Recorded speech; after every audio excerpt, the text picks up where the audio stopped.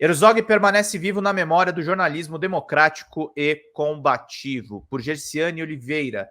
Neste dia, em 1975, no dia foi... Esse texto é de quando? Peraí. Esse texto é de... Enfim. Esse texto é um pouco mais antigo, mas vamos trazer aqui que eu não li ele ainda pra gente. É de junho, eu acho. Neste dia, em 1975, o jornalista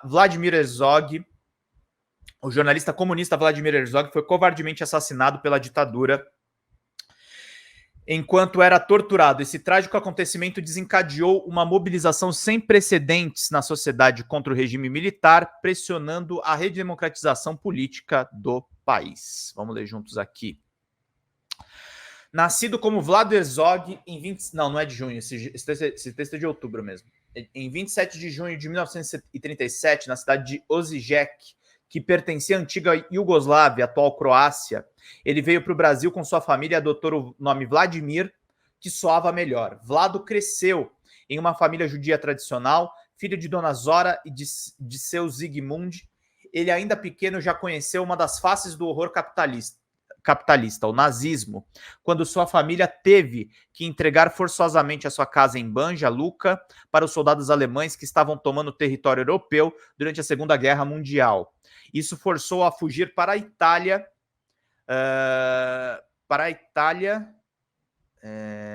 e posteriormente a se estabelecer na Moca, bairro operário de São Paulo, em 1946. Durante sua trajetória, Vlado explorou diversas áreas, incluindo jornalismo, fotografia e aspirações ao cinema. Ele também cursou filosofia na Universidade de São Paulo, meu colega, e também estudou teatro no Instituto Cultural Ítalo-Brasileiro. Embora haja poucos registros documentais de sua carreira como ator, existem testemunhos que indicam sua participação nesse campo, como o relato de Luiz Weiss sobre uma comédia que Vlado teria escrito chamado O Rei Berra. Seu envolvimento com jornalismo começou como estagiário no jornal Folha de São Paulo, mas se destacou ainda mais no Estadão. Vlado participou das transmissões da BBC para o Brasil, estudou cinema na Inglaterra e colaborou em filmes como Marimbás, de 1963, Subterrâneos do Futebol, 1965 e Doramundo, concluído após a sua morte. Ele também trabalhou na revista Visão, que era um ponto de encontro para jornalistas com afinidades políticas, e atuou na direção do jornalismo da TV Cultura. Sua proximidade com o Partido Comunista do Brasil, o PCB, o Partidão, cresceu após o envolvimento com movimentos culturais influenciados pelo próprio partido, como o Teatro Popular de Augusto Boal e o Cinema Novo de Nelson Pereira dos Santos. Vlad Herzog afirmava com humor ter escolhido o PCB como seu partido político por acreditar que apenas a Igreja Católica e o PCB poderiam derrotar a ditadura, uma vez que o partido não havia aderido à luta armada naquela época. Entretanto, no dia 25 de outubro de 1975, na capital de São Paulo, na rua Tomás Carvalhal, bairro do Paraíso, Herzog teve a sua voz silenciada pela Operação Radar no setor de destacamento das operações de informação, o DOI, pertencente ao Centro de Operações de Defesa Interna, o CODE, um órgão subordinado ao Exército de Inteligência e Repressão da Ditadura, seguindo os padrões do regime militar na época. O nome de Vladimir Herzog passou a constar na lista do DOPS entre os jornalistas considerados inimigos do regime, devido à sua assinatura em 65 de um manifesto de intelectuais contra as perseguições políticas. Ele chegou ao DOI-CODE por volta das 8 horas, acompanhado pelo jornalista Paulo Nunes, e foi dispensado na recepção. Vlado foi encaminhado para interrogatório, foi então encapuzado e amarrado em uma cadeira, sufocado com amoníaco, submetido a espancamentos e choques elétricos, conforme o manual ali praticado, seguindo a rotina a que centenas de outros presos políticos foram submetidos nos centros de tortura criados pela ditadura e financiados, em boa parte, por empresários que apoiavam ações repressivas e de violação dos direitos humanos, como a Operação Bandeirante. Naquela cela solitária, com o ouvido na janelinha, eu podia ouvir os gritos. Quem são jornalistas? Quem são jornalistas?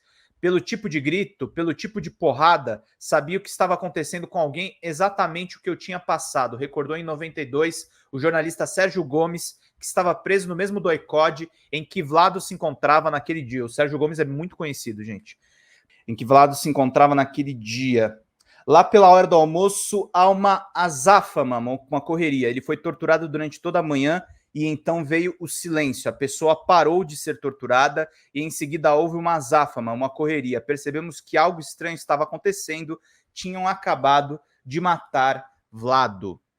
Rodolfo Konder e Jorge Duque Estrada, militantes comunistas, eram o 10º e o 11º jornalista presos desde o dia 5 daquele mês. Horas depois, também foram testemunhas do assassinato de Herzog. A covardia não parou por aí. A brutalidade da morte por espancamento foi, então, ocultada por uma falsa alegação de suicídio, com o seu cadáver sendo apresentado enforcado com os 2 pés no chão, numa tentativa dos militares de evitar a responsabilidade criminal. Assim iniciou-se a luta da família, amigos e admiradores do jornalista em busca da verdade. A morte de Vladimir Herzog significou um basta para as instâncias midiáticas que vinham sendo sufocadas desde o golpe de 64, consolidando-se na memória coletiva como símbolo dos horrores da ditadura e se projetando por todo o Brasil, levando as vítimas desse Estado censor. Quem se manifestou muito na época foi o Mino Carta, né, gente? O assassinato de Vlado foi seguido por um ato interreligioso de grande mobilização de massas, mesmo sob a vigência do Ato Institucional número 5, ou AI-5. A missa na Catedral da Sé reuniu diversas figuras religiosas cristãs e judaicas, como o rabino Henry Sobel, falecido em 2019, que denunciou o assassinato de Vladimir Herzog, mesmo quando isso, naquele momento, poderia significar a prisão ou a morte. Também intelectuais de peso, como Michel Foucault, se juntaram ao movimento. Vlado foi enterrado no cemitério israelita, que não aceitava judeus que haviam cometido suicídio. A cerimônia foi interrompida pelo secretário de Segurança Estadual, o coronel Erasmo Dias. Cavalos, cachorros e policiais atacaram manifestantes com gás lacrimogênio, cacetetes, cascos e mordidas, inspirando canções como Bêbado e o Equilibrista, de Aldir Blanc e João Bosco, o hino Anistia e o clássico da música popular brasileira eternizando a resistência no período de exceção no Brasil. Nos versos Choram Marias e Clarices, por exemplo, Aldir Blanc cita as viúvas Maria, mulher do operário Manuel Fiel, e Clarice Herzog, esposa de Herzog. A morte de Vlado Herzog desencadeou uma onda de protestos contra a ditadura liderados pelos sindicatos dos jornalistas, contribuindo para o início de um longo processo de desgaste do regime. Vladimir, em vida, fez muito. Foi um importante jornalista, comunista militante convicto na luta em defesa da emancipação dos trabalhadores e da humanidade, e na posteridade inspirou a luta de muitos. Gerciane Oliveira é tradutora e redatora da Jacobin Brasil, jornalista independente e discente de ciências sociais na Univasf, meus queridos e minhas queridas.